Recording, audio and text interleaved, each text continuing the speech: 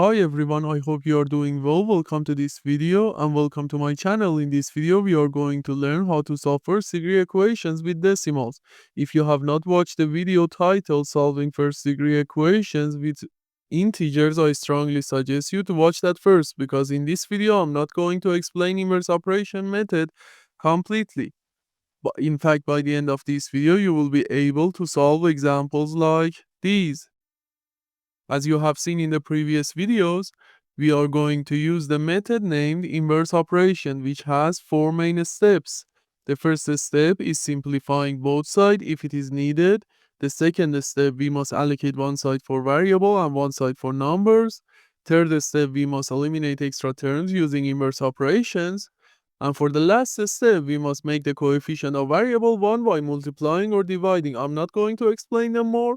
You do not have to memorize them. We are going to learn them through examples and finally they are going to be saved in your mind. The first example that we have is 0.3x plus 0.15 is equal to 0.45. Do I need to simplify both sides? No, as you can see, they are in the simplest form. So we can skip the first step. We must allocate one side for variables and one side for numbers. It's totally up to you. I prefer to allocate this side for variables and this side for numbers. So the second step is done. Okay, can you please specify extra terms? Yes, in the variable side, in this side which belongs to variables, I have a number, this number. So this number is extra here. I don't want it here. What should I do? How can I remove that? It is really simple by subtracting by 0.15. Okay, am I allowed to subtract only from one side? No, I must do exactly the same with the second side. Each operation that I do with one side, I must do exactly the same with the second side.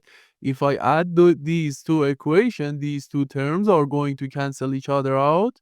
So I'm going to have 0.3x is equal to, if you add these two, 0.45 and minus 0.15, the answer will be 0.3. And so, what is the coefficient of x? Here is 0.3. How can I convert it to 1? It is really simple. So I did the third step. Now I want to convert the coefficient of x to 1. How am I supposed to do that? By dividing this side by 0.3. Am I allowed to do this division only with first side? No, I must do exactly the same with the second side. So these two are going to cancel each other out. And x will be 0.3 divided by 0.3 will be 1. And this is the only correct answer of this question. You can check the answer by replacing x in the main equation. The second example that we have is 0.25x plus 0.18 is equal to 0.305. Do we need to simplify? No, as you can see, they are in the simplest form. So let's skip the first step. We must allocate one side for variables and one side for numbers. If you don't like this order, you can choose reverse. So this step is done. Can you tell me which term is extra? As you can see here, we have a number, but in the first side, we need only variables. So this is extra, and we need to remove it. How? By subtracting by 0.18, and we have to subtract from other side too. If we do that, if we add these two equations, these two are going to cancel each other out. And I'm going to have 0.25 x in the first side is equal to 0.175. So I did the third step. Now I need to make the coefficient of x 1. How am I supposed to do that? It's really simple by dividing by 0.25. Both sides. We are not allowed to do one operation only for one side. So these two are going to cancel each other out and I'm going to have x is equal to, okay, I'm going to introduce a method which actually can help you to solve these examples at this step really easily. You can write this decimal 0.107 as 107 as power of 10 times 10 to the power of negative 3. And you can write it as this one as 25 times 10 to the power of negative 2. First of all, these two are going to cancel each other out, and we are going to have 10 to the power of minus 1 for that part, and 25 and 175 are going to cancel each other out, and we are going to have 7. At the end, you can write it as decimal, and 7 times. So x will be 7 times 10 to the power of minus 1 will be 0.7.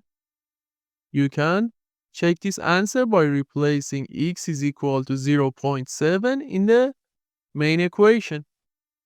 Let's solve next example with each other. Again, can we simplify? No, they are in the simplest form. One side for variables, again this side for variables, and this side for numbers, specifying extra terms.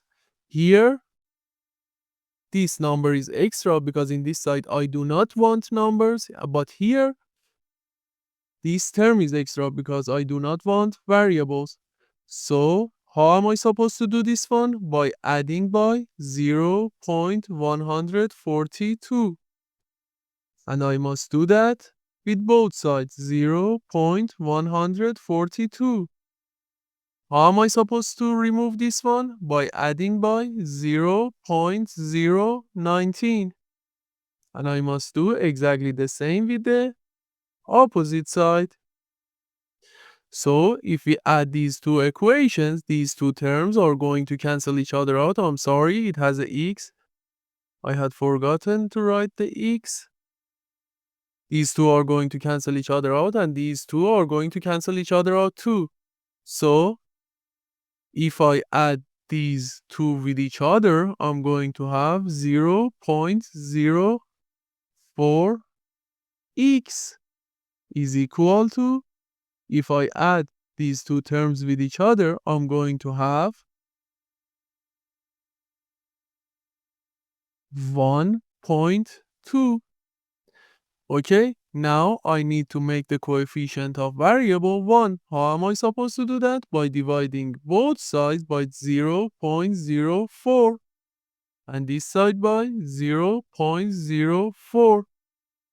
As I taught you in the previous example, you can write it as 12 times 10 to the power of minus 1, and you can write it as 4 times 10 to the power of minus 2.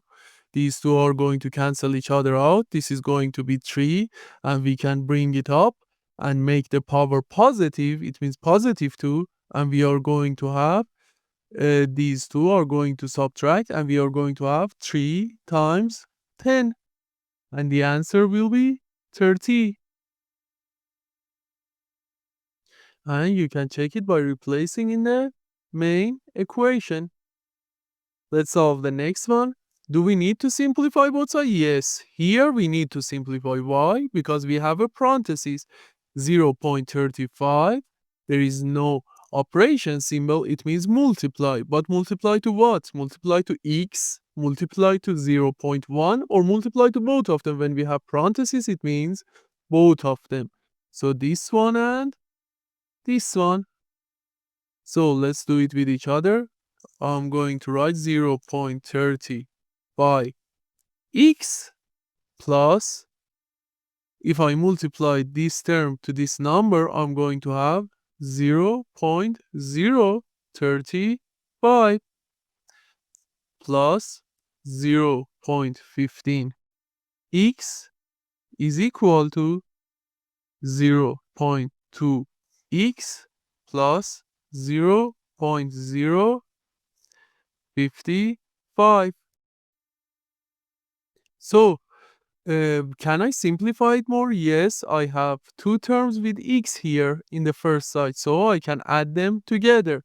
If I add them together, I'm going to have 0.5 x plus 0.035 is equal to 0.2 x plus 0.055.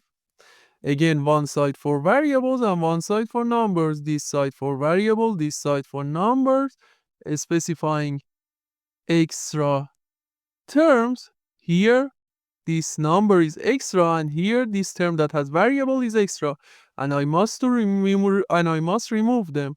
So I subtract this number from both sides, and from here, 0.035. And on the other hand, I must remove this one. How? By subtracting this term. So if we add these two equations, these two terms are going to cancel each other out from second side. And these two terms are going to cancel each other out from first side. And if I add these two terms, I'm going to have 0.3x is equal to. What am I going to have in the second side? I'm going to have 0.09. Okay, I did this step. I must make the coefficient of variable 1. How? By dividing by 0.3, and I must do exactly the same with the second side. These two are going to cancel each other out, and I'm going to have x is equal to, as I told you, it's better to write it as a power of 10. 9 times 10 to the power of minus 2. And here I'm going to have 3 times 10 to the power of minus 1. These two are going to cancel each other out. The answer will be 3 here. They can cancel each other out, and I'm going to have 10 to the power of minus 1. And finally, x will be 3 times 10 to the power of minus 1, which I can write it as 0.3. You can check the answer by replacing it in the main equation. Here you can find more examples, and I strongly suggest you to solve them at home. If you have any question or if you wanted to share your answer, please feel free to write it in the comment box, and I will try to answer your comments as soon as it was possible for me. Thank you for watching this video.